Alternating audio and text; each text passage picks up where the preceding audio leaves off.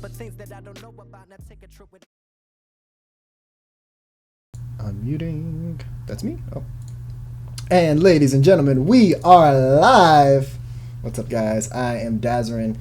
Joined with me today is InanimateJ. We got some time after the podcast. If you guys didn't watch, the VOD's up behind the goal. Me and him were just there talking about the latest MLD teams. But now, we're going to sit and talk about the man himself, InanimateJ. How are you doing today? I'm good. I'm wondering why we have viewers, because once you posted it was an interview with me, that should have gotten you negative viewers to start off with, and then built our way up to 0. But, I mean, I'm good. It's fine. I ate, and I'm not running the broadcast, so this will go 1,000 times better than Behind the Goal did. Easy, no problem, because now I get to mess up the buttons, as I'm kind of well known to do. But, we'll get in, guys. You guys, for those who have seen my player spotlights on Rocket League Garage, I get in. I talk to players about a couple of Origin questions, get to know them a bit, post an article about it. Haven't done a live one in a while. It's been like a few months since the Pyre interview, but got some time to sit down and talk with Jay. It'll be in a similar format. But caster questions are a lot more different than player questions, so you guys will have to really pay attention to this one. First of all, Jay, I'm going to start from the beginning. Where did you get your name? So I was pretty much the nerdiest high schooler you could imagine, and I was taking AP English, and I had this affinity for like paradoxes and thinking about like phrases that just ended up as paradoxes. So, one of my original email handles was Inanimate Animation, which I ended up shortening to InanimateJ when I needed an updated username on the internet, because gaming was actually getting more popular. Now, for reference, this was a decade ago, or 14 years ago, when I was still in high school, because I graduated in 2003. Right. So I'm old, and I predate the internet. Well, how old are you, actually? I turned 32 this year. Oh, you're not. Well, I mean, I've seen older. It's not too bad. Yeah. I mean, I'm a week older than Cloud Fuel and like 3 days older than Ninja Rider or something like that. Ninja Rider's that old? Oh my god. Yeah. I didn't know he was that old. That's surprising, because he looks young. No, we're like all literally the same age, literally within a week of one another. It's hilarious. Oh man, and we all act like 9-year-old girls when watching Rocket League. It's amazing. Pretty much. I mean, except for Ninja, he acts like he's 7. Feels bad, man. Feels Ninja, man. Right? Oh man, but talking about Rocket League, what made you get into Rocket League? So I have this friend who has more money than he has friends, and that's a nice friend to have. I know, right? So he basically gifted me Rocket League because he wanted people to play with, and he's like, "Man, I just got this game; it's really fun." And I'm just like, I honestly, I looked at it in the store page, and I was just like, "Why would I enjoy this game?" Like, I'm looking at it, going, "It's car soccer." Like, are you sure? Because he also like. Sure? He likes the drugs. So I wasn't sure how sober he was when he was asking this, but he gave it to us anyway because it was like right when it went live on Steam. So he bought like a 4-pack, gave one to me, one to my brother, and it just kind of clicked. Like it's like a lot of people say when they pick up Rocket League. It's like once you pick it up, you realize how much there is in that game, and there's just so much potential for it to be an esport that it only made sense to at least be aware of the scene, if not, part of it at the very beginning, because I was garbage and I don't socialize well on the internet when it comes to just like joining random communities. It took me a year of just being like very tangentially aware of Rocket League as an esport to get anywhere near people that were in the scene. And it was actually only through the community scene that I became involved in the community at large. Okay, yeah. So, I mean, we talk about you on the broadcast and how, I mean, although you say that about how you weren't too involved with the community, it just when you're on a broadcast, it looks natural, it feels natural, it feels like you've been doing it for a while. And that brings me to my next question: do you have any prior experience of commentating outside of Rocket League? No, like, to be honest, it's all just a touch of natural talent with things I develop. Like I learn really well. I actually studied as a software developer. I wanted to go into game development, and then I literally finished my school and said, nope, I don't want to do this anymore. So I ended up doing software testing for a while. I got a job through my school because they arranged an interview, and I did that for 5 years. And I was just like, technically I can't say I was done with it because they actually let me go for my birthday, which was really fun. That's really good. Yeah, I know, right? It's like I'm on vacation. It's literally my was it my 26th birthday, and they're like, "Hey, we need you for a mandatory meeting tomorrow." This was like the day before. I'm like, "You guys know tomorrow's my birthday, right?" It's like, "Yeah, we'll see you at 9." I'm like, "Oh, that's really nice." So I literally went in and lost my job. And best part about that is I had a company bus pass. They took my bus pass away from me before I left the building. I had to cab home after getting laid off. Oh my gosh. Yeah, no, that, to be fair though, I wanted to quit that job. I just didn't have the motivation to. But it's, the funny thing is that the testing job kind of gave me some of the skills that I use for what I use in casting. Just being able to break stuff down and look at it from a really analytical perspective. But as far as being a caster goes, no, I just picked this up naturally. I mean, and you do a fairly excellent job, if I say so myself. One of the really talented analytical minds of Rocket League. We talked about why you've gotten into the game, but what exactly made you want to become a commentator? You know, that's a tough question to answer. I mean, in truth, it was just so there's an origin story with how I got into casting, and it's pretty much the epitome of right place, right time. So some people know that I pretty much started through Rocket League Asia, and what ended up happening there was they were airing their first tournament as a stream, and they were in not quite the grand finals. They were in like the lower bracket at some point, and the casters that were on there were both first timers. Like this was like a first time tournament with a first time streamer and first time casters, and that's really good. the chat was savaging these guys pretty bad, and I was bored, and it was like a Saturday night because 16-hour time difference. And they were like, we're not professionals at this. If anybody thinks they could do better, you know, like we'd appreciate the help. And I'm just like, I don't think I could do better, but I want to try.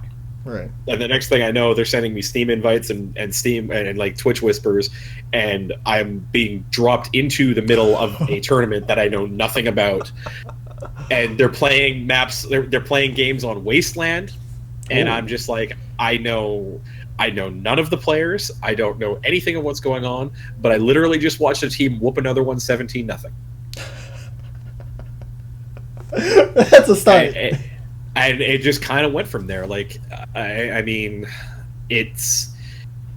The thing is, I have a knack for getting up in front of an audience and winging my way through pretty much everything, which is almost the epitome of casting because you don't know what's going to happen next. There's so little ability to script a live event, and the analysis comes easy for me because I have an ability to break things down into simple terms. I used to actually translate technical documentation into essentially readable guides for coworkers at my software testing job, because I was the only one who could actually talk to developers and understand how things fit together, and then write an entire document and be like, okay, in simple terms, all of this stuff connects to this. And it's things that serve me well as a commentator, because first of all, I can get up in front of an audience and fake my way through pretty much anything you put in front of me, and I can do it in a way that people understand. And those are probably two things that if you only have those things, you can get in the door in casting, and then just learn the rest as you go. And like I said, I pick things up quickly. Yeah, definitely so. I mean, just casting with you in minor league doubles, it's something that I mean, it's easy to notice. Like, I'll be doing play-by-play for an example, and we'll have a play pass off, and I'll pose a question to you, and then you'll be able to easily identify what's going on with each team, what a team needs to work on, and what teams are struggling, what teams are doing better, shots, all that. So it also poses me to answer my next question. What are some of the things that go through your mind as you're casting a match?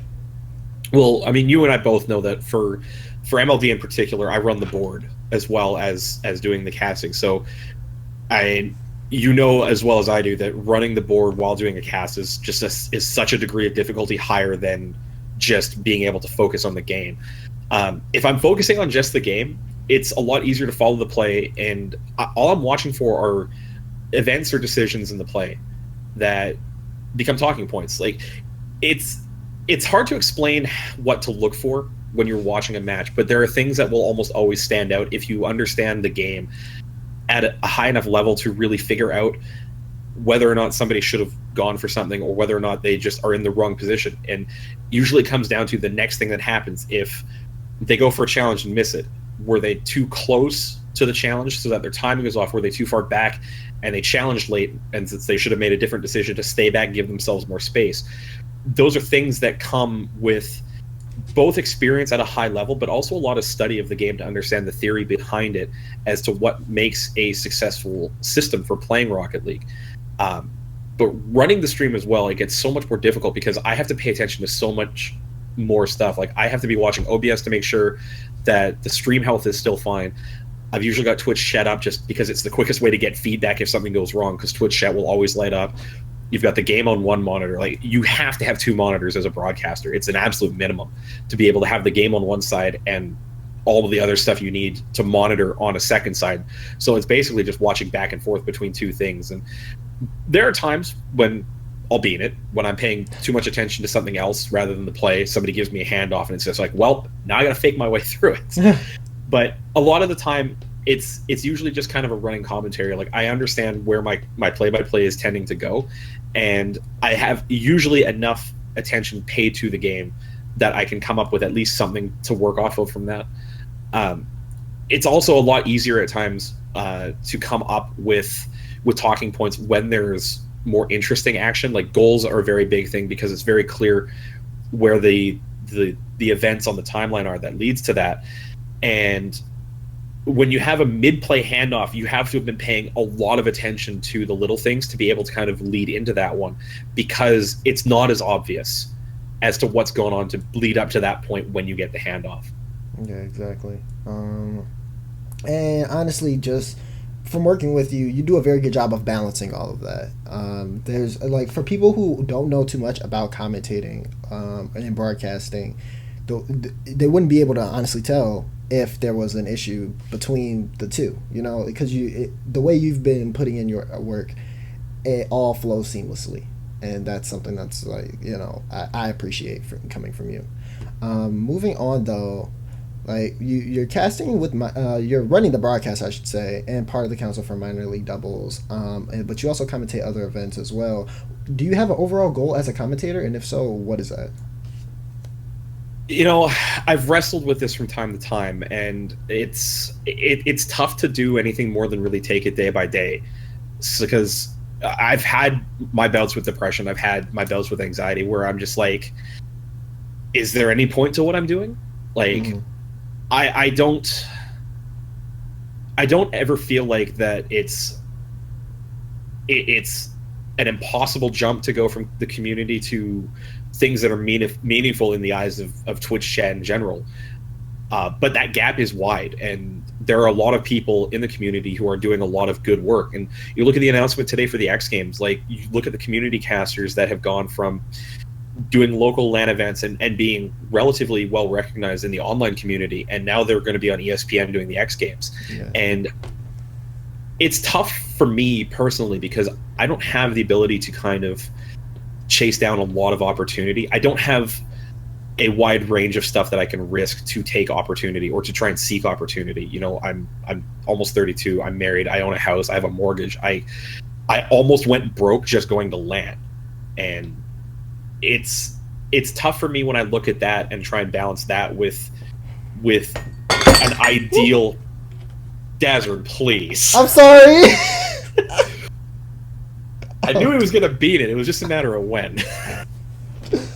Please continue. But it's just a matter of trying to strike that balance and being realistic about it, rather than trying to find an ideal goal that may or may not be actually possible to achieve. And by bringing myself back and just taking it day by day and just making sure I'm enjoying what I'm doing and that it's something that is fun, and even if it's a hobby that never turns into a potential career opportunity, I'm still having fun doing it. And at the end of the day, that's probably the most important thing for me. Yeah, absolutely. I agree 100%. And, you know, the want, I'd say the want for some casters to be at, you know, to be at the next level is very high. I mean, some say it publicly, some don't. But at the end of the day, it's all because we're very passionate about what we do, in terms of making sure that wherever we're casting, we have a great broadcast. We put in a lot of hard work, just studying teams, studying the meta, even if there is or isn't one, which is a debate.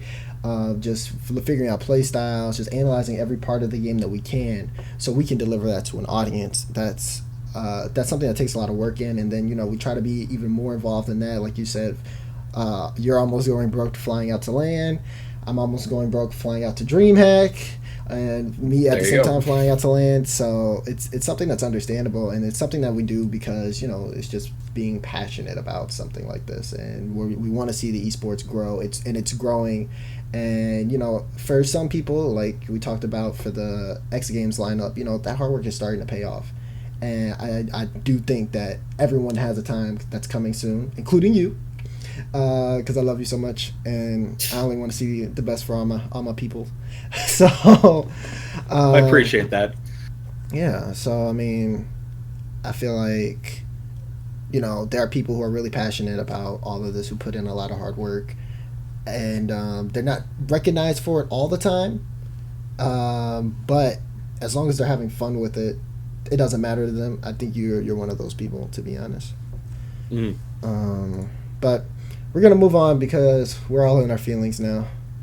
I mean, when you're not dropping dishes. Anyways.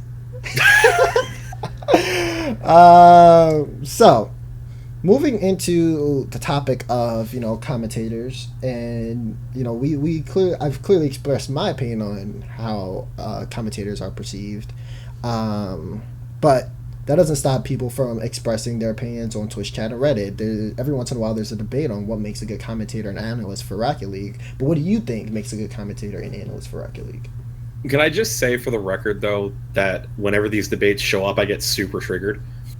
Okay. Like, I try to avoid these ones when possible, because I get really defensive of the people in the community that tend to get picked on when these things pop up. Right. And it's very hard for me to keep a level head when dealing with people who don't have the guts to get up in front of a microphone and dozens, if not hundreds of people, and get ripped apart the same way that they so casually rip us apart. Yeah, exactly. That being said, what makes good commentators is the hard work, is the work that you get put in. It doesn't take a lot to get in front of a microphone and a screen and yell at this game. It really doesn't. All it takes for you is to have the courage to actually do it, and to throw yourself in there and deal with that. But to get really good at it takes the same amount of effort and discipline as being a high-level player does. You have to put in the time. You have to study the game. You have to study the players as well, and build yourself an understanding of the game to your level that you then have to translate from your own knowledge in a way that the audience will understand and will appeal to them. And that's the trick, is that you're never going to appeal to everybody in chat. You're never going to appeal to everybody silently watching, because everybody has a different perspective of what they would like in a commentator. Some people love the things that the RLCS guys do, because, to be honest, it's a lot of what they know. It's the biggest draw. I mean, we were setting records at LAN for Twitch viewership. So that was probably a lot of first impressions for people. So if they end up in a community cast and they don't know the difference between the community casters and the professional ones, they're expecting a different level of quality, and it's up to them to decide if that level of quality is something that they appreciate, or if it's something they'd like to criticize. And it's really easy to criticize. I mean, it's kind of part and parcel with the world today, and it sucks that it is what it is. But back to my original point, though, you can only get so far on raw talent.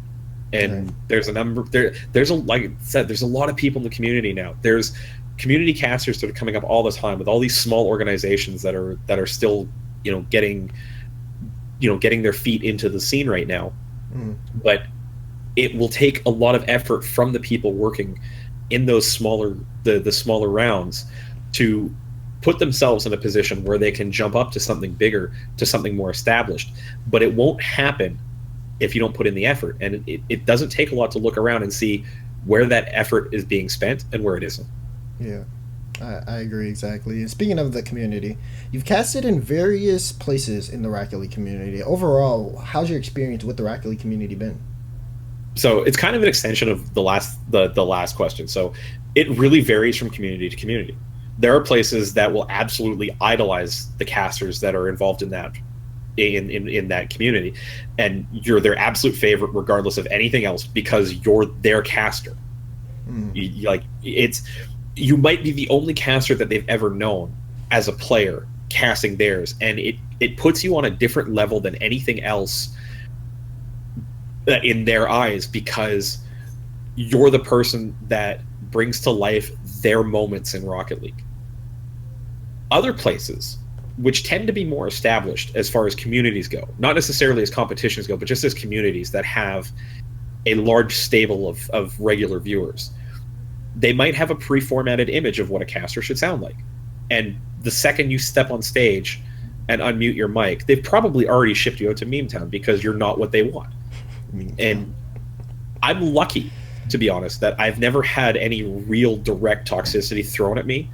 I've seen real direct toxicity thrown at my peers, and it's not fun because it's not fun to be there listening to people dump on your friends, essentially. Right. And for them to be so blindly closed-minded that you're essentially arguing with a brick wall. Like, Twitch chat is always going to be Twitch chat. Let's be honest, though. Right. And a lot of times it's easiest in the busier Twitch chats, if you're on the air, to just shut it down. But when you're in the chat yourself, when you're watching people that you know working on it, people that you have a lot of respect for, that you know are putting in the work, you take it personally for them. Yeah. Because as a caster and as somebody who's been around the community for a lot longer, that these people are good casters. The people's opinions are like buttholes, man. Everybody's got one. Not always useful, but everybody's got one. But I mean, it's just so much easier though to just let things slide. Like, the community, at least for as far as casters go, is so tight and so supportive of one another that it's really easy to find feedback from one another in the casting community. And those are the opinions that matter a lot more because they're people who have put in the work, who have done the grind, who know what needs to be worked on, what doesn't. Not Twitch chat, because Twitch chat by and large has never actually sat up behind a microphone and done this. All right. Yeah, so I mean, I definitely do agree with everything you're saying as far as this, and you make a point. There are people who are extremely judgmental on casters, but those opinions aren't really ones that, if you are an upcoming broadcaster, that you shouldn't be paying attention to, and especially during your broadcast during Twitch chat. Not really the best idea to be paying attention to Twitch chat and just focus on being the best you that you can be in that aspect. Yeah. But moving on, speaking of RLCS or community casters, do you have a favorite between the two? And if so, who and why? I mean, really, I'm my own favorite caster. No, I'm kidding. I'm garbage here. Nobody likes me. No, honestly, though, a lot of the people I've worked with, I have a really large amount of admiration for. Community guys especially, because I work with them a lot on a regular basis. Like, I mean, you say I'm one of your favorite people, Daz, you're one of my favorite people. Like, you bring an energy to a cast that is hard to match. Guys like Curtis and Stax have an iconic, definitive voice as play-by-play. They're two of the best community play-by-play guys out there. And it's really easy to work with them as an analyst because they're so good at giving you the opportunities to stand out as an analyst and talk. As a viewer, though, Leaf is probably one of my favorite to listen to as a caster. A lot of that comes down to the fact that he's Canadian, and he's grown up watching the same sports that I have, and that falls through in his casting, so it resonates with me as a person, as a viewer, because it's so familiar to me. Okay. I agree. I don't know. For me, I personally enjoy Leafex casting because I like the way that he can bring up a play.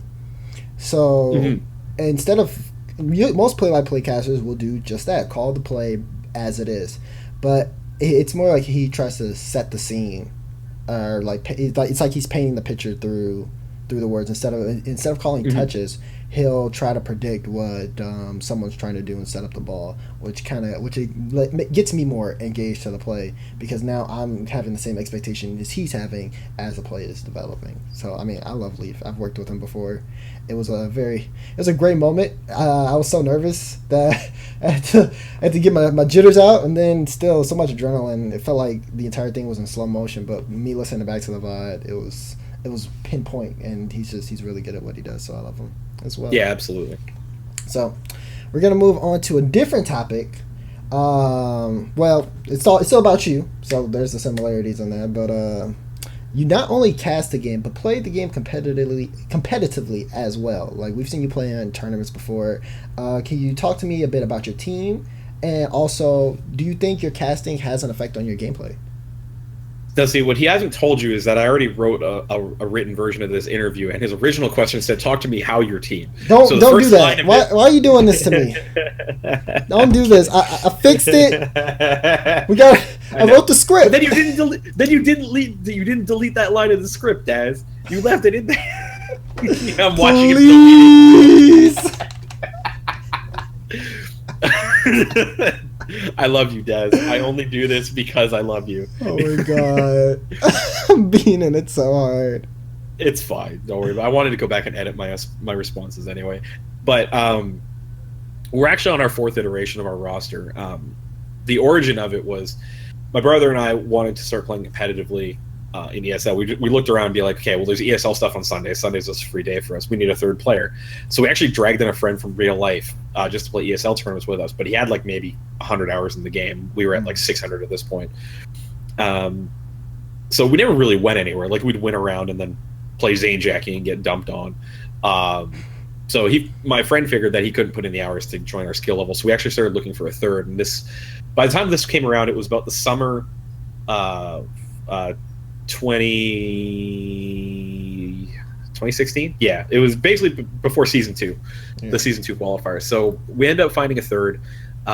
We've actually gone through 3 3rds now. Our first one left the team for reasons. We promoted our sub to our starter. Before season 3 qualifiers, he decided to go his own separate way, start his own team. So we've had Agony on the bench for a long time. So Agony's now our starting member.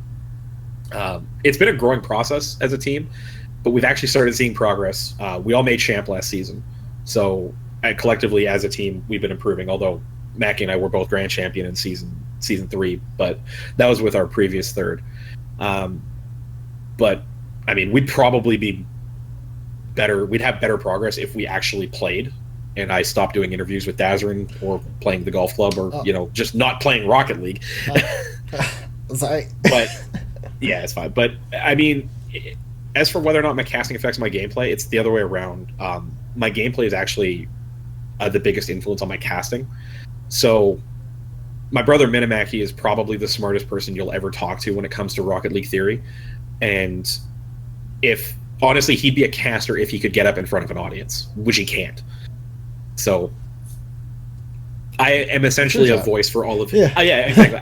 I'm a voice for all of his ideas and all of his theories, and but having played with him for 1,600 plus hours and learning everything that he's figured out about the game, it's a big credit to him as to why I'm able to do what I do.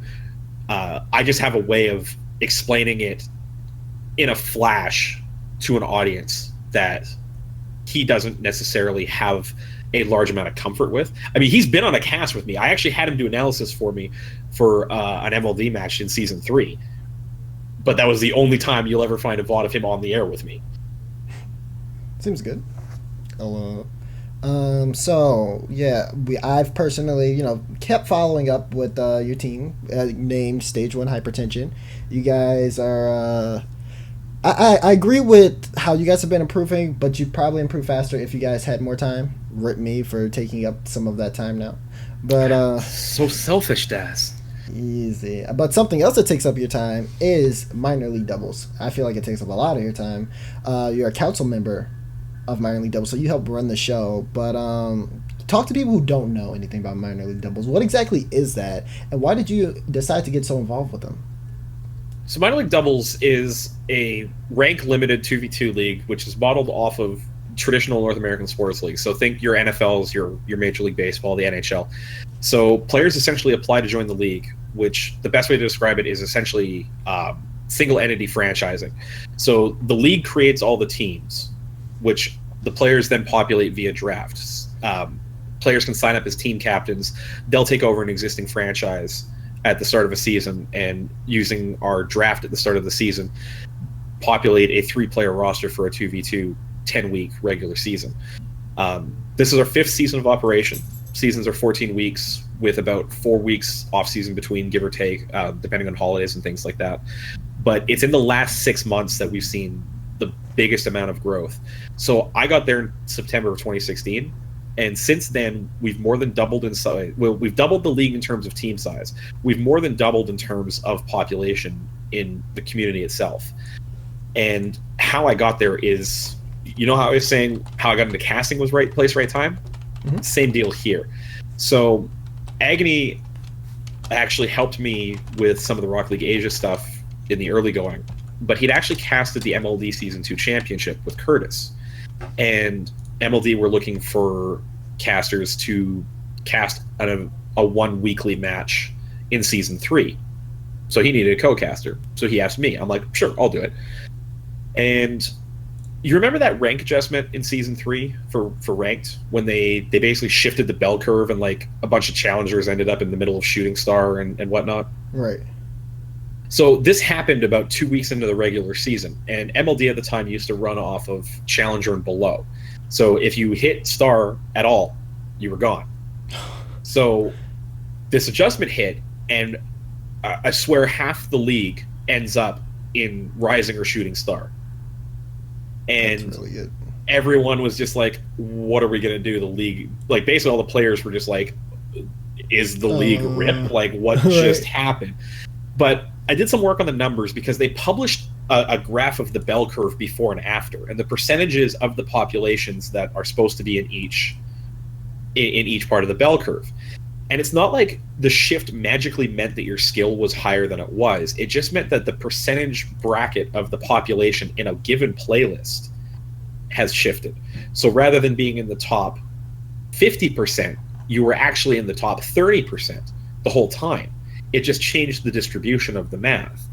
So I pointed out in general chat that the numbers, it wasn't like you were magically better or anything. Like you've all been playing against one another. It's not like this suddenly means that you're a god at Rocket League.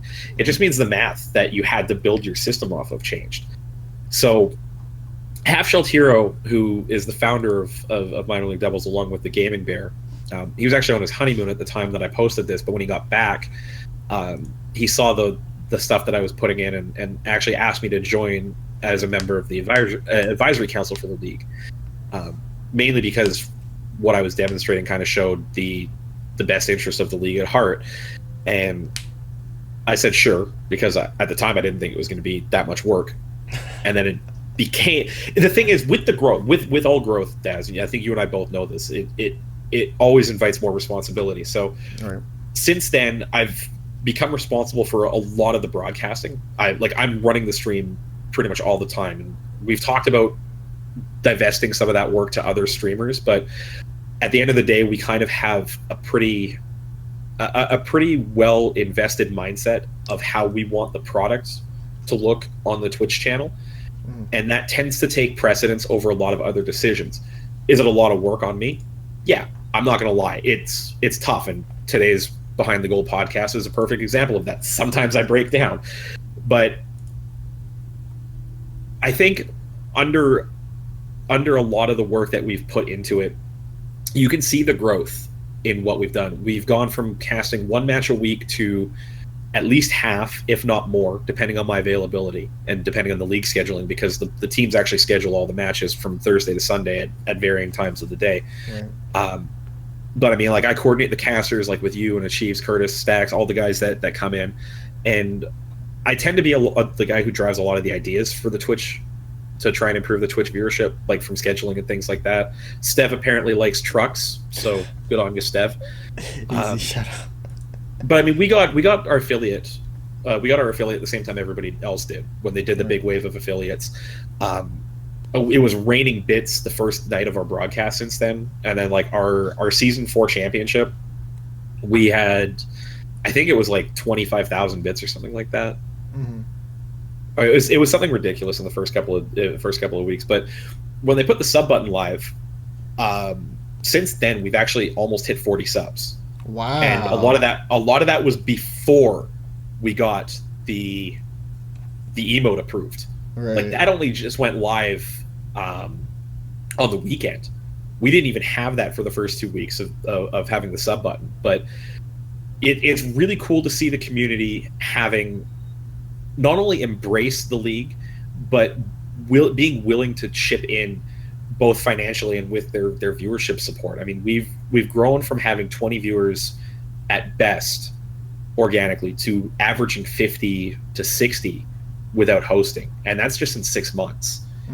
And one of the big incentives to contribute as a Twitch sub or a Patreon, we run a Patreon as well, but everybody who donates financially to the league, as far as the regular subscriptions goes, we actually give them access to the Discord, which is normally invite only. You actually have to be approved to get into the Discord. So one of the things we wanted to do was to incentivize that, to give people a way to contribute to the league and become involved in the community. And we've had a lot of people come in who came in simply as Patreons or Twitch subs and have really started embracing the community in the league and helping us build something that really is unique in the community, and something that I personally felt at the end of RLCS Season 1 that the community really needed. It needed a place that players that weren't in the top 1% of players to safely develop as players, to be able to play competitively with something meaningful to them without having to worry about getting stomped every week in ESL or things like that. Yeah, you guys do an excellent job. I mean, I've worked with you guys. I'm on the podcast every Wednesday. We did one earlier today. And you guys do your best to bring that competitive environment to those players and really make it seem like they're part of something big. They're part of a team. We watch them. We look at their stats. We pull up who's doing well, who's not doing so well. We treat them basically almost as equally as we treat RLCS players. When but a little less harsh. We're pretty harsh on the RLCS guys because we expect more out of them, in my opinion. Yeah. I mean, you're not wrong. And you guys, you do a good job of just bringing a fun, competitive environment to a player base that I feel like definitely needs it. And brought it up again. There are tournament organizations out there, but they don't help out towards, the lower players. If anything, the lower ranked players get seeded against the high players early on, just so, because bracket, blah, blah, blah, blah. So, yeah, really good to see, you guys supporting those players. I love it. Yeah, I mean, it's tough, though, as an organizer, though, because if you're not dedicated to catering to that audience like MLD is, you almost have an obligation to create the most balanced tournament environment, because you don't want to pair two teams that should be highly seeded in the same quadrant of the bracket so they meet in the quarterfinals, and then a team that nobody's ever heard of sneaks through another quadrant, gets to a semis, potentially gets through to the finals. Like, in terms of one-off tournament design, it's poor design to put two all-star teams in the same, like, in a quarterfinal together, right. Unless you have 8 all-star teams to end up in 4 quarterfinals against one another, in which case you have a stacked bracket, and I commend you for your recruiting. But you have to be dedicated to that. You have to be able to have essentially a mission statement for your organization and stick to it in everything that you do. And I've found, at least in what I've observed, that very few of the organizations have that. They have things that make them different, that set them apart in terms of like what they do, but it's very difficult to find a collective who we are from everybody. Right. Whereas MLD has always been all in. We're always about the players that are not there yet, but we want them to be. We expect them to be. It might not be for another year or so, but the whole goal here is to have somewhere that they can find competition. It might not be the highest level competition, but you don't get there. I mean, Cathexis has it right. I mean, he and I joined the league season 3 around the same time. He's part of the leadership, part of the driving force behind the league, and it's all about the 99%. It's where you go to play competitive, meaningful games in an environment that is always against players around your skill level, and that is hard to find. Yeah, I think that's why people give you guys so much love, because you're able to support that and do that to the best of your ability, and it works out. You guys have a system, and it's beautiful. I mean, sometimes you reverse fridge and bean it, but I mean, it's not without it's not without learning, and yeah. It's been. I mean, we're in the middle of July now, so it's almost been a full year, so 10 months since I got there, and it's been a continual learning experience for everybody involved. And we don't pretend that we're going to get it right all the time, but we try to learn every time that we make a mistake.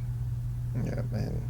I only wish the best for you guys moving forward. I mean, obviously, there are some very good things coming your way, and we can only hope that things continue to grow. Now, moving back to you, and specifically, so for me, this interview is, I'm talking to InanimateJ, one of the, for me, most well-known analytical minds in terms of casting and beyond in the Rocket League community. And I just want to know, where does that stem from? Like, what makes you analyze games to every detail? So I'm pretty sure you're the only one who thinks that, Daz. Anyone who doesn't know that has not been paying attention. That's all I'm saying. Dazrin, my number one cheerleader, and I love him for it. But a lot of it comes from my software testing background. Like I'm able to break things down into a system and figure out where pieces go and how things could go wrong. From a coding perspective, I kind of understood where things would go wrong and where things would just absolutely be. And Rocket League as a game is actually quite systemic, because teams will play the game in a particular style, and those styles will break down when pitted against one another. So finding the way that those systems will break down against one another, it's a really good way to find talking points for analysis, because that's all the critical events. Those are the decisions and things like that. But it's fun to me. I love watching things fall apart. I love watching the problems come to life, especially when I'm the one that saw them first. And when they're decisions, when they're things that you see somebody that makes a movement and you think to yourself, why did they make that movement? And then rewinding from that point to figure out the whole timeline that led them to that decision. It's really interesting to me. And it's the sum of Rocket League in general. How well do your decisions compare to the decisions of your opponents? And then how well do you execute those decisions? Yeah, exactly. And that's why I love you. Because you think about all that stuff. I mean, basically what I want to say is, I feel like that's what separates you from the rest. You know what I mean? I feel like for every caster in Rocket League, there has to be a point where, there's a point where, you understand the basics. You understand when to come in, when to come out, what to say, how to describe points, get your wording right. But for people trying to look forward to the next phase, I say this a lot. I feel like it's about finding your voice. It's something Lawler told me when we were doing our first Midwest LAN, and I feel like for people in my, general area of experience casting, it goes to the same for them. I mean, and for you, it's just the fact that how well you're able to break down, analyze plays, and understand things from one being a player level, being competing with the top players and learning through that, as well as just how well you're into just studying things without the play being on screen. You're ready to break down numbers, and then at the same time you're also ready to go back, look at a replay again, and break down why decisions were made and what other options were available. And yeah, exactly. I love it. It's yeah, no, it's just something I enjoy doing. Like it's something that just comes naturally to me, and it's tough to put into words at times too. Like you can see something and in an instant see that it's inherently wrong, and you don't necessarily have a full understanding of why it's wrong, but you can just see it from both the result and the the build up to it, that mistakes were made.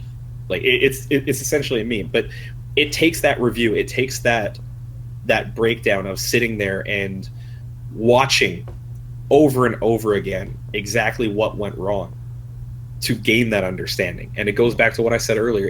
It takes work to be put in, and it comes down to being willing to put in that work. I've had my times where I've taken a replay, I've watched one goal 100 times over for the 240 frames, like the 4 seconds of gameplay that led to it.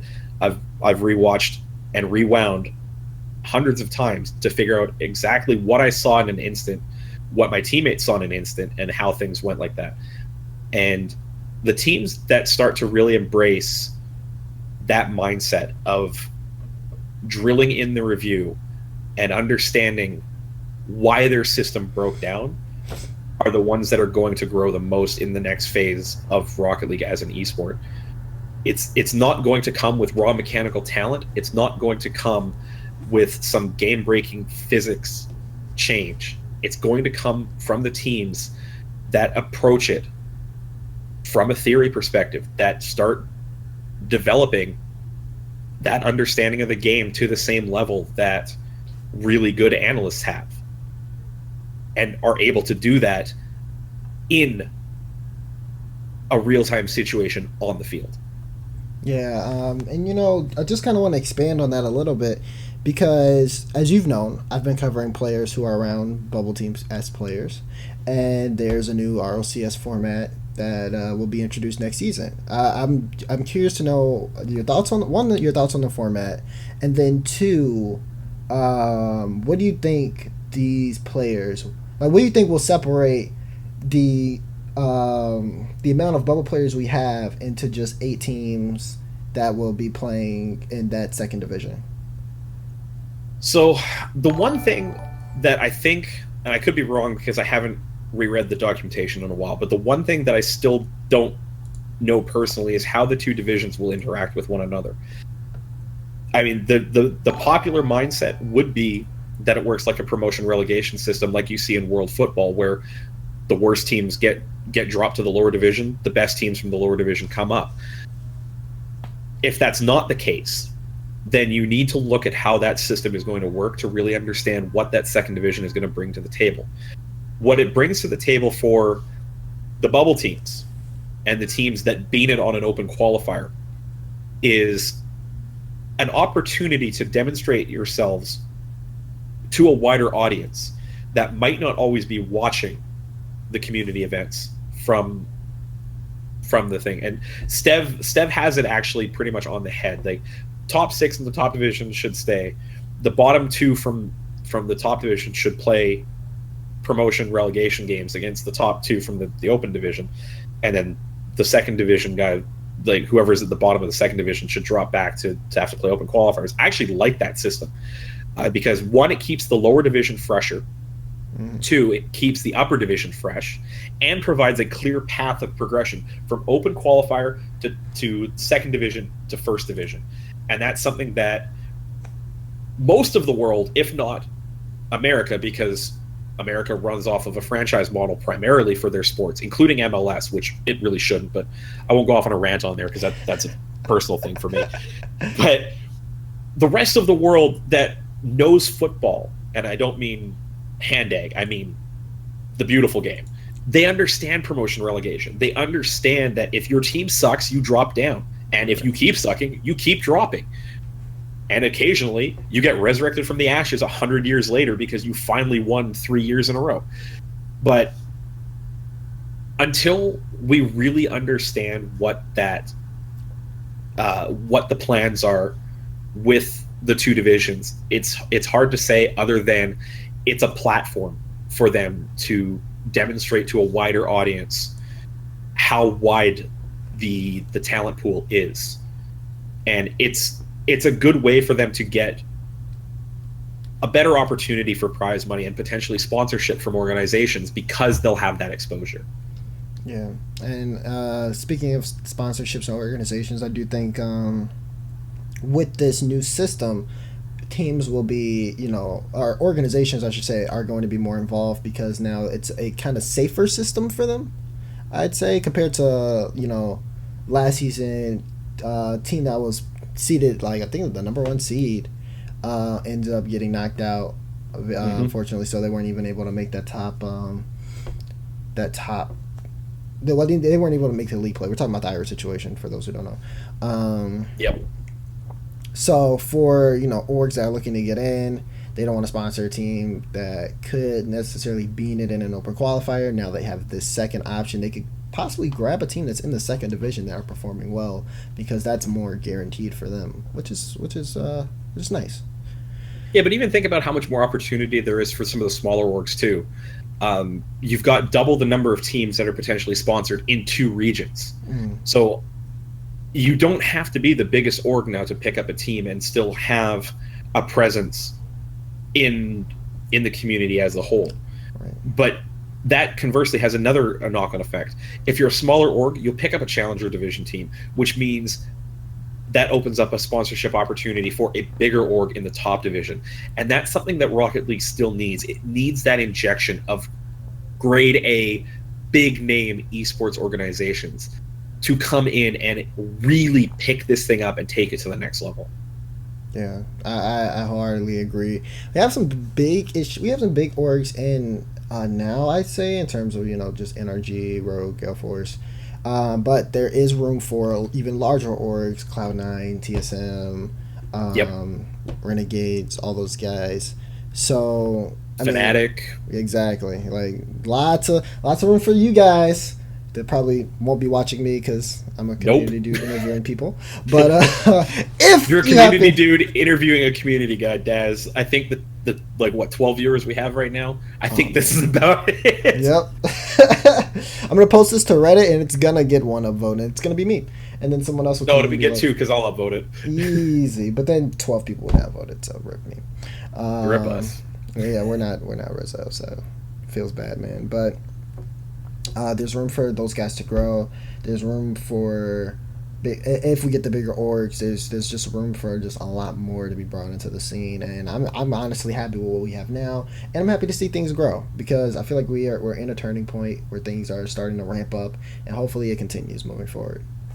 Yeah, I think we're actually past the turning point. I think we've gotten the RLCS LAN, the season 3 LAN was that turning point. The Reddit, or not the Reddit, the Twitch numbers and the atmosphere, the energy, everything about that was the tipping point. We're past that now, and we're snowballing downhill, building up all that momentum.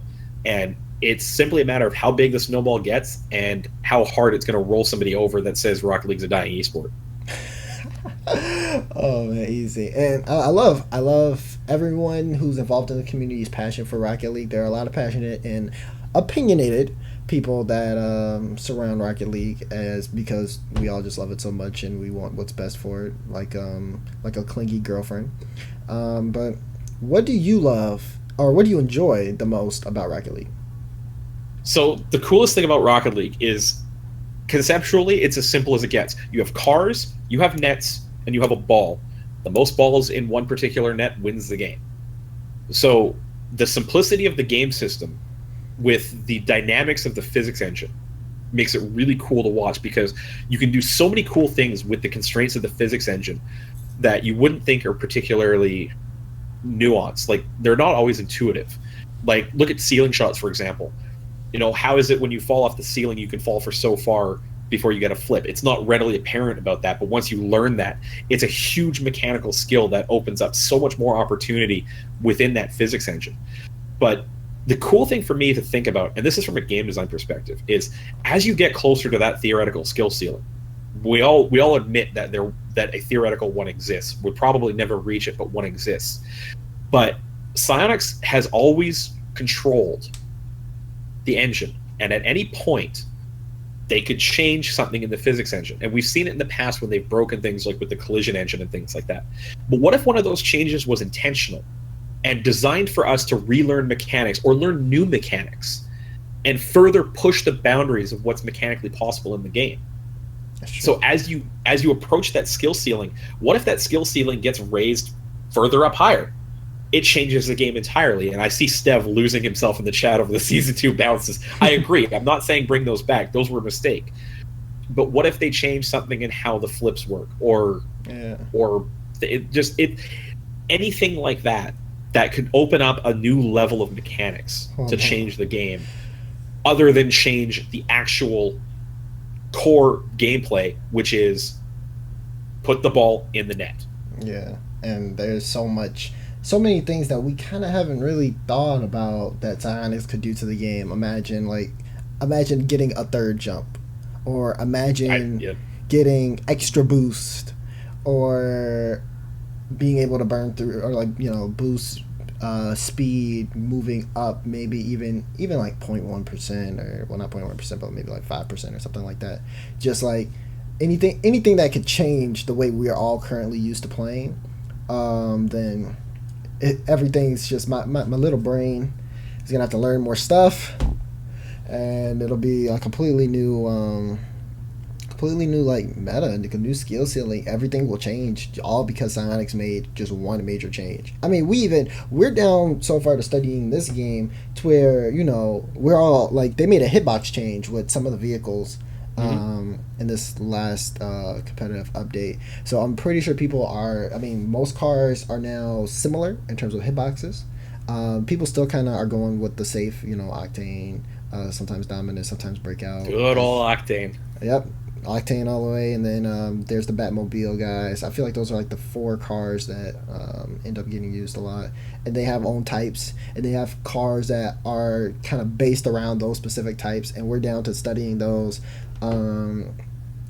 People are studying the game so much, like they're doing it on their own play. I was watching a Dapper stream, and he was doing ones, and he was analyzing how well things went off of kickoffs. So he was like, I'm gonna try this kickoff. He tried it 10 times, said, oh man, well, I lost the kickoff, and then next thing I know, I was able to score immediately, but I won the kickoff, and then this and that, and they were just there's so much depth that can be described and put into this game that if Psyonix makes a gameplay change, it'll blow everything off the water. Absolutely. And I mean, the thing is though, and this is something that I don't think people realize and take for granted, to be honest. Psyonix could take this game away from us at any point. Like, sure, they're making money hand over fist with keys and whatnot, but they could always decide that, you know what, we've made our money. We've built this huge empire on this one game, and we're done. And we would all rise up and protest, but they could do that. I don't think they ever would. But the number of times in the past 10 months when the community has essentially held Psyonix hostage for information on things and whatnot, it's troubling, because do that often enough, and even the most well-meaning and patient people will break. And I think that's something that everybody needs to keep in mind, is that we have this community, we have this esport at the behest of Psyonix. It's their blessing that we have an esport that we have built from the ground up with them, with their support. And they get dumped on way too much for the patience that they have given us as a community with the amount of growth we put in. And we owe it to them to, I think, do better by them. Yeah. I mean, we got Stev in chat. We take science for granted too much, and I mean, to a point, he's right. I mean, although they've supported this game immensely, like even before I got involved with the competitive scene, just as a general player who was just playing the game to have fun, you'd be like, "Oh, Psyonix added a new card. Oh, this is great. A new map for free. Oh my goodness, this is amazing." Like, there are developers in games that make people pay for maps, guys. Like, that's a thing, you know? And these guys, they end up changing things just to make players happy. Oh, the boost isn't lined up. Like, they're not all equally the same. It's 4 pixels to the right. Okay, we'll fix that. Yeah, boom, fix that. But they, like you said, they get dumped on too much on Twitter. Oh my God, what is this ranking system? OMG, what is this Oh, and man. is this that? Yeah, And, don't get me started on the season 4.5 meme. Like, I understand from a systemic perspective why the change or why that decision was made. And if you've watched some of their commentary over the number of season resets we've had, the season 3 full wipe was one of the worst experiences from the general player base's perspective. Like, it was something like 60 or 70% of people that were supposed to be placed in the challenger or in the challenger ranks, the challenger to mid rising star ranks, were having so many of their placement games played against people who were in the champion ranks in the prior season. And that full reset basically gave them one of the worst gameplay experiences of their life. And how do you explain that to a new player coming in who might be experiencing ranked for the first time? Because it's like, oh, new season's going to start, I'm going to jump in. And they play their first placement match against Chronovi and get dunked on 15-0. That's, I mean, when it happens consistently because of how much uncertainty there is in that system, a recurring trend creates a pattern, which creates a mentality, which is essentially undesirable for people who end up on the receiving end of it. Yeah. Conversely, the players who are at the higher levels who are having to go through this are experiencing lower quality matches than they're expecting. Basically, both sides of the coin are receiving lower quality matches than they should be. So the easiest way to resolve that is simply don't reset the ranks. The thing that they should have done, however, I think personally they should have loosened the uncertainty so that your first maybe 10 games, while not being placement games, would be a little more loose for your ranking. So instead of gaining 7 points, you would have gained maybe 18 on a win, or conversely lose 18 on a loss, so that the system has more time, or the system still has to dial back into where you expect to be, rather than being dead certain and you're still just on that same grind. Yeah. I think you combine that with what Steph's talking about in terms of like having a soft reset. If you can make it so that you're still kind of placed in your rank, but it's loosely like, so instead the game will tell you, hey, you're unranked, you're doing placement matches, but behind that cloak is your actual rank, but you're just playing matches that are more, like you said, more loose. I feel like those two things could work fairly well and oppose a full reset. So I agree. I see what you're saying. I see exactly what you're saying in terms of how the ranking system is working and why they did what they did. Yeah, but I mean, I think both sides of this coin are kind of the next point as to what I enjoy about Rocket League the most. You can either come home, play a couple casual games with friends against bots or against people of your skill level through unranked matchmaking, or you can be on 16 hours a day grinding for that RLCS bid. There is so much variety in what you can do in terms of your own personal growth goals in this game that there's just so much to enjoy about it. Yeah. And we have a community that's literally working as hard as possible to support almost every aspect of the game that they can. Like, you have Leafix doing drop shot tournaments where, you know, I cast it and talk crap about Lawler. Now he's bad at drop shot even though he beats me every time. You have Ace and MLD who do a great job of supporting players who aren't at the top skill level, who don't have 16 hours a day to grind Rocket League but still want to play Rocket League competitively. You have all the other tournaments, PRL, Nexus, who Ranked support Tubes Kappa. right, who support people who want to play this game competitively, who think that their team can stand up to the Muffin Man, NRG, whoever, and try their hand at facing them every week after week. There is so much people who put in work to that, and like you said, like there's so many different avenues that people support. The ranked hoops at RLCS. We saw that dude every single day at LAN. Didn't he have like business cards? Yeah, he was handing out business cards. I was like, nope. I'm like, you do you, bud. You do you. I was like, oh, all right. Hoops is not fun. I used to love Snow Day until the only people playing Snow Day were the Rocket Hockey League guys, and I would get bricked every single time I played, and now I never queue Snow Day. You know how I feel about hoops? The same way. And before I played a casual match with Drop Shot after this, and then I get queued against Lawler. Please no. Please no. But, I mean, as long as it's streamed, I will approve anytime you get memed on stream by Lawler. Oh my god. We had a tournament too after LAN. LeafX had an Airbnb and we played Drop Shot. And I was so close to winning. I always get so close. And then he beats me and then I get sad again. And then he's always like, you're getting better. I'm like, shut up. Because if I'm really getting better, I would have won. But yeah, LAN was a fun experience. I definitely enjoyed it, and I mean that was the one and only time I was able to sit down and have a chat with the InanimateJ. Now we're chatting over webcams. But last time I saw you, was at LAN. And how was the LAN experience for you? So okay, until about a day after I got home, it was probably the coolest experience I've ever had. I haven't been to LA in over 10 years, and every time I visited in the past, it was always kind of like a slightly warmer home away from home. Now with climate change, it's a much hotter home away from home. But when I stepped out at LAX, it was kind of like a homecoming to me. Like everything had, it's 10 years later, but everything kind of felt the same. Like coming out of the terminal, it's the exact same terminal at LAX, just completely renovated. Didn't even recognize it when I came through.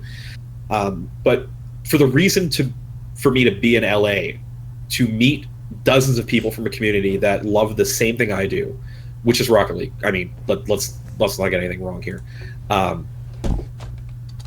It was just really cool for me, and it was like literally from the first lineup of the day on the Friday to get the badges, and just the energy you had in the lineup. Like you guys all had your special ultimate fan experience line, and I'm like third in line in the pleb line out front. But like easy, you're standing out there, and you guys are all in the UFX line, but you guys all walk past. Like I remember watching you walk past me. It's like, okay, there's Deep Pants, there's Joshua, and then like you just kind of pop out behind Deep Pants, like look at me, and you give me that look, and it's just like, it's Daz. That's really good, yeah. But just meeting everybody. Like I mean, we hung out with Mason a ton, and like everybody knows Mason for the most part. But I think one of the coolest moments was we had breakfast at Denny's, I think on the Friday morning, either the Friday or the Saturday, and Mason walks in, and it's like me, Mackie, and Curtis, because we all shared a room together, and we're sitting down today, and Mason walks in. We're like, Mason, come over and hang out. And we had breakfast with Mason like it was just nothing. It's just, at the end of the day, we're all just people in the same kind of community. Some of us are more well known than others, but we're all there because we love Rocket League. And having that connecting thread between all of us is just a really cool thing. And you could tell. I mean, how loud was the crowd from inside the venue? They had to turn us down on the stream. Yeah. It was amazing. It was lit. It was absolutely insane. Yeah. Oh man, I mean, I loved LAN. You talk about breakfast with Mason. He stayed at our Airbnb. We all traveled back and forth together, and we spent some time. Like I got a chance to sit down with him, watch some matches toward the end, and we all kind of grouped up toward the grand finals, and literally there's a picture somewhere. It's not, and you won't find it. D-Pants has Yeah. it. I don't think it's ever been published anywhere else on the internet. Nope. But the picture of you, me, and Achieves, and I'm like in the middle with my arms around both of you, and it's like I think that picture was like with a minute left in Game 7 after the bracket reset, Yeah. or Game 6, whatever the final game was of the bracket reset, and it's just like we're all just collectively willing Northern to win. It's just it's hard to describe if you weren't there. It really Or was were like watching on. there was just a silence in the room. It was a real Except there wasn't, because it was loud as all hell. Yeah, I mean, it was loud. I mean, the way they had the sound setup was great though. You could It was. like you could feel every touch on the ball, and like people, if I go to an RLCS LAN, you have to do it at least once because it's an experience. Just being able to hear how the sound of touching the ball is and how it really just brings us all in. We were all intensely focused on that match. And then, when NG ends up winning the grand finals, we all were just like, me and Jay were just like, oh my God, hugs. And everyone's just hugging each other and there's confetti flying around everywhere. We're like, this is great. High fives. And I lost my voice, and that sucked for the after party, because trying to introduce myself to RLCS casters when I literally cannot talk is one of the worst things possible. Oh yeah, it was. I mean, even me, for me, that was an insane experience. Me introducing myself to some of the RLCS casters, and then they're like, "Oh yeah, I know you. You've done that." I'm like, "What? Oh, dude, no. For me, it was surreal because I'd always introduced myself as being part of minor league doubles, and the number of people in the RLCS casting community who know of MLD and recognize it as a brand always staggers me.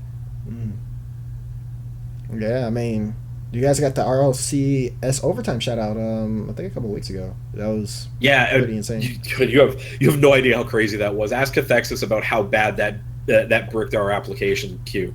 It was like 50 people signed up within an hour and a half of that show airing. It was nuts. Wow.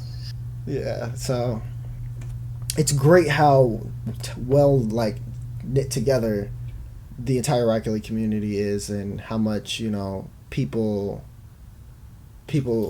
love and enjoy each other, and support each other is it's really big. So I mean, LAN environment, that was all absolutely insane. Loved it. Mm-hmm. We'll recommend it to everyone else again. As long as you don't go, as long as Jay's not there and his brother's not there to give you the sickness of death, please go out. I mean, just know that this happened on the LAN before then, but just try to be clean. If you see someone coughing, it doesn't matter if it's your best friend. I mean, unless you really want to take that risk, then props to you. But there's always a sickness. I caught it.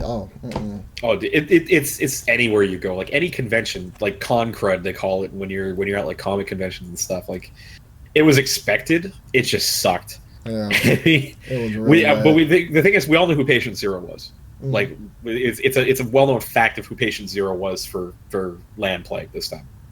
Yeah, he's in. It wasn't me. It was related to me, but it wasn't. Me. He's in the chat. He knows who he is. He'll tell you it wasn't him till he sees cultures, but we all know it was him. Yeah, easy. So I mean, and then we talk about LAN again, and the numbers that were produced for Rocket League. Like last season, we had it was under 100,000 for last season's LAN, or I believe it was. I'm not 100%. You can correct me on that if I'm wrong.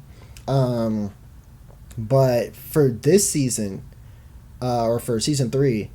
192K is what Steph's saying. I heard over 200,000 viewers. There's some records on Twitch where in NG play NRG, and we had peaked at like 201K, and now we're having NBC, ESPN, and so many people start to come in and support Rocket League, and it's starting to grow. And I mean, I have to ask you, where do you think the future of Rocket League as an esport is headed? You haven't heard? Rocket League's a dying esport. What? Honestly, though, there's really only one place for it to keep going right now, and it's just up. I mean, you hit it on the head. ESPN is on board. NBC is on board. It's only a matter of time before Rocket League is a household, conventional, mainstream esport being consumed by mainstream sports viewership in North America. All right, and then Thorn will be doing these interviews, and I'll still not be getting upvotes on Reddit. I mean, just get Cloud to post it for you. It'll be fine. God, you're doing it wrong, Daz. I know. I'm just trying to grow my brand here. Please. Well, I mean, okay? look what happened when Cloud stickied a link to MLD on Reddit.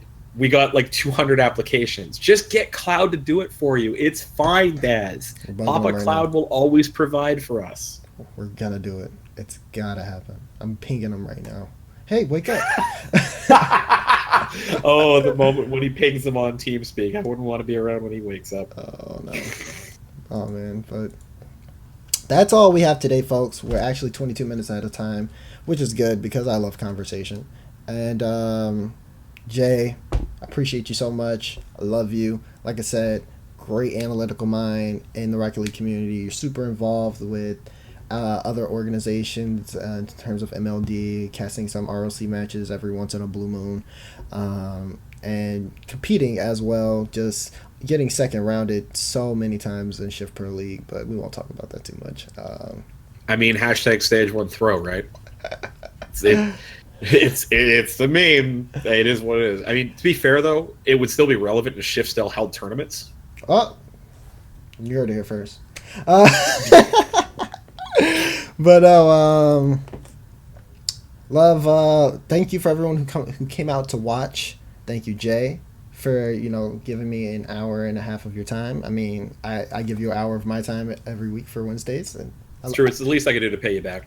Easy, no problem. So, for those who didn't catch the interview, this video will be available on YouTube, and we will also be posting it to Rocket League Garage with a full outline of this interview as well.